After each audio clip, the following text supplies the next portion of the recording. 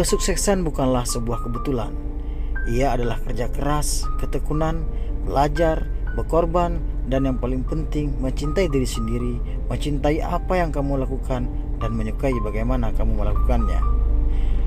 Hidup itu membutuhkan perjuangan, karena gak ada satu hal apapun yang bisa sukses tanpa sebuah perjuangan.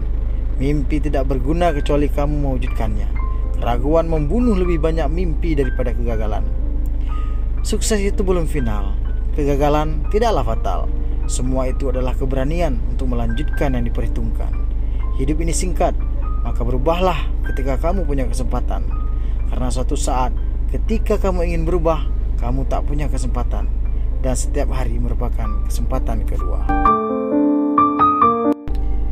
Ketika seseorang mengatakan kamu tidak bisa melakukannya, lakukan 2 kali dan ambil gambar sebagai bukti.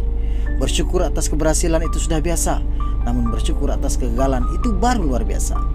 Saat kita sabar dan tabah atas segala penghinaan dan kata-kata manusia, saat itulah Allah akan berikan kita kemuliaan.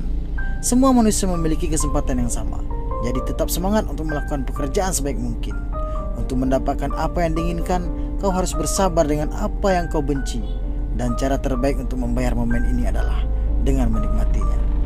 Salam sahabat misteri.